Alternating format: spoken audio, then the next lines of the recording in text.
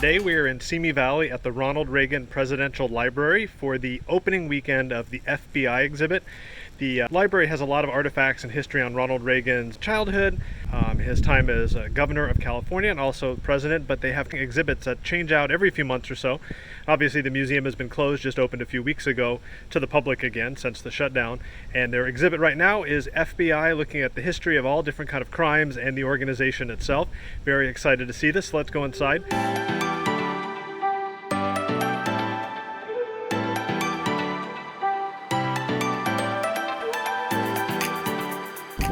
Thank you for coming along this journey with us to the Reagan Library. If you like the video, please give it a thumbs up and please subscribe to the channel.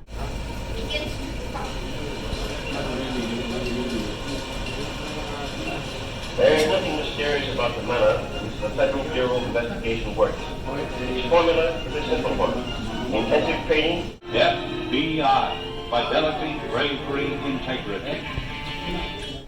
In 1906, President Teddy Roosevelt and his Attorney General Charles Bonaparte agreed that the federal government needed to prevent corruption in American society. It was widespread and out of hand. General Bonaparte put together a small investigative group. In 1909, under President Taft, the group was named the Bureau of Investigation. That name remained until officially being renamed the Federal Bureau of Investigation, or FBI, in 1935. Now, in a worldwide premiere, at the Ronald Reagan Presidential Library, this 11,000 square foot exhibition covers the history of the storied agency from inception to its modern day efforts. This is the first time that many of these remarkable historical artifacts and criminal evidence have ever been on public display together. The exhibition includes the FBI's beginnings, why it was created, what makes it different from other federal agencies, and how it's changed over the years.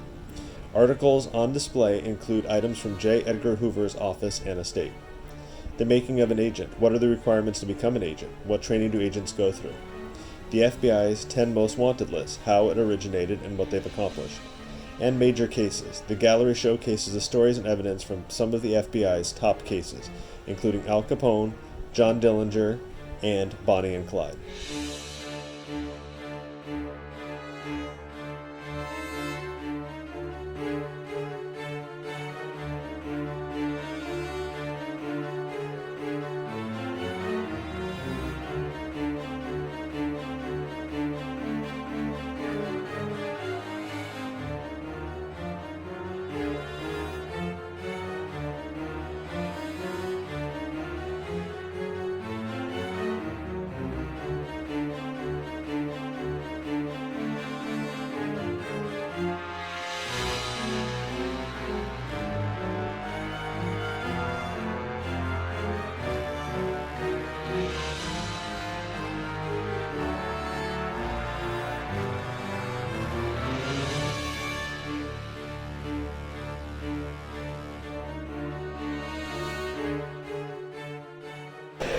Simi Valley is a simulated town that the FBI built to train agents, new agents, in how to do all the things that they've been trained on in the classroom.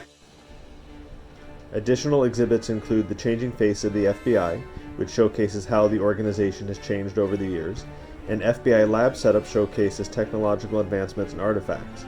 Also on display is how the FBI has been portrayed in pop culture, movies, and television.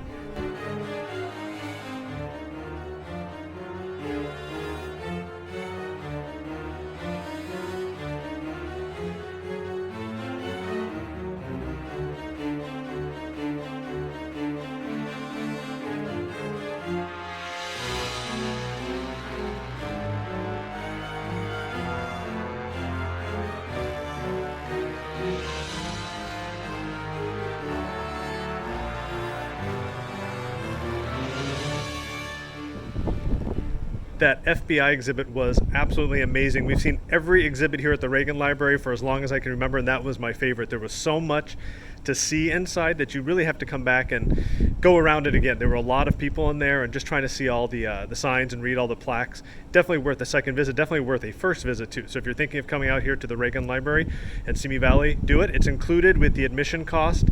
Definitely worth the admission. If you're not following us on social media, please do so at the Funnel Cake Blog on Facebook, Instagram, and TikTok now.